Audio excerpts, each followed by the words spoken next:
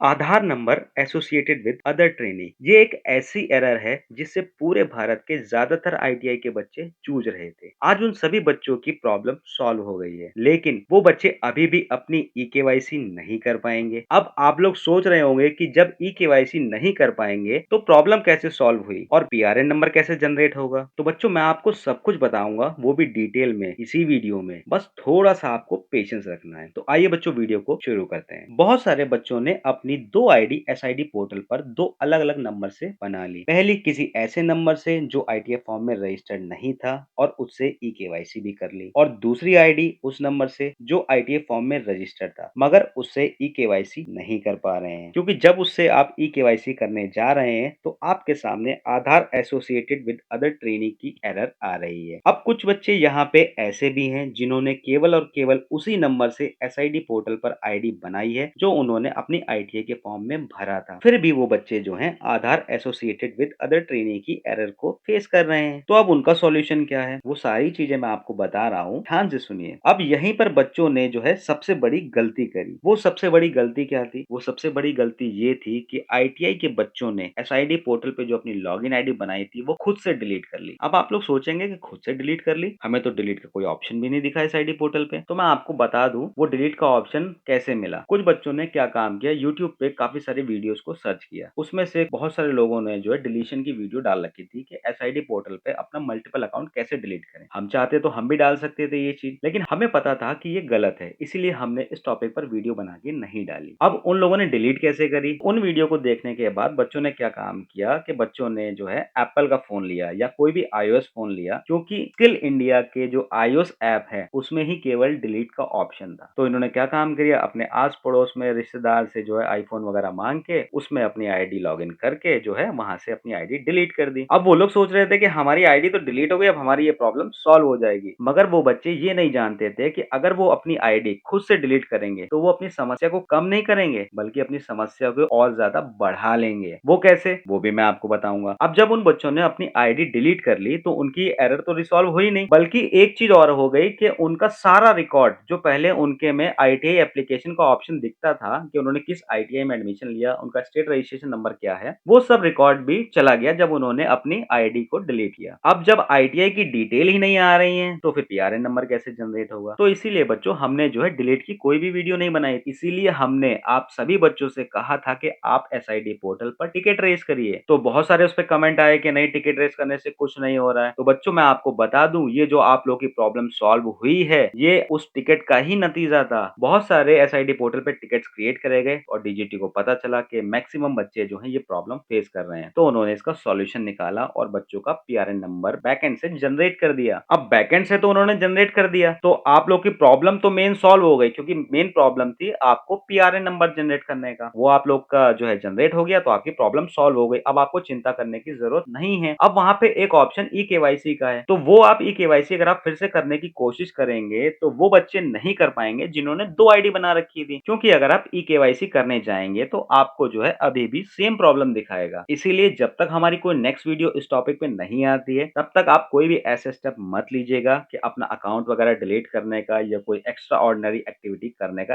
SID portal पर, क्योंकि बच्चों ये पोर्टल बिल्कुल ही नया है। हमारी सभी वीडियोस जो होती हैं वो एक्सपीरियंस के बेसिस पे होती है, क्योंकि हमारे पास आईटीआई में काम करने का 6 साल से भी ज्यादा का एक्सपीरियंस है। तो उस एक्सपीरियंस के बेसिस पे हम कोई भी चीज ऐसी प्रोवाइड नहीं करते हैं जो हमें डीजीटी के द्वारा इंस्ट्रक्ट ना करी गई हो। जब तक डीजीटी उस पर कंफर्मेशन नहीं दे देता है तब तक हम किसी भी ऐसे टॉपिक पर वीडियो नहीं लेके आते हैं जिससे आप लोगों का जो है कोई भी नुकसान हो। तो हो बच्चों आप लोगों को अच्छे से समझ में आ गया होगा और आप सभी की प्रॉब्लम सॉल्व हो गई है, तो उसके लिए मनी मनी कॉन्ग्रेचुलेशंस। ये वीडियो उन सभी बच्चों को शेयर करिए जो इस समस्या से जूझ रहे थे, ताकि वो अपना पीआरएन चेक कर सकें। अगर इसके बाद भी कोई समस्या आपकी रह जाती है तो हमारा इंस्टाग्राम आपकी समस्या को सुनने के लिए और आपकी उस समस्या के समाधान के लिए हमेशा आपके साथ खड़ा है। वीडियो को अभी तक लाइक नहीं किया है तो वीडियो को लाइक करें और ऐसी ही एसआईडी पोर्टल और ट्रेनिंग वेरिफिकेशन से संबंधित जानकारी के लिए आईटीआई के ज्ञानी को सब्सक्राइब करना मत भूलिएगा।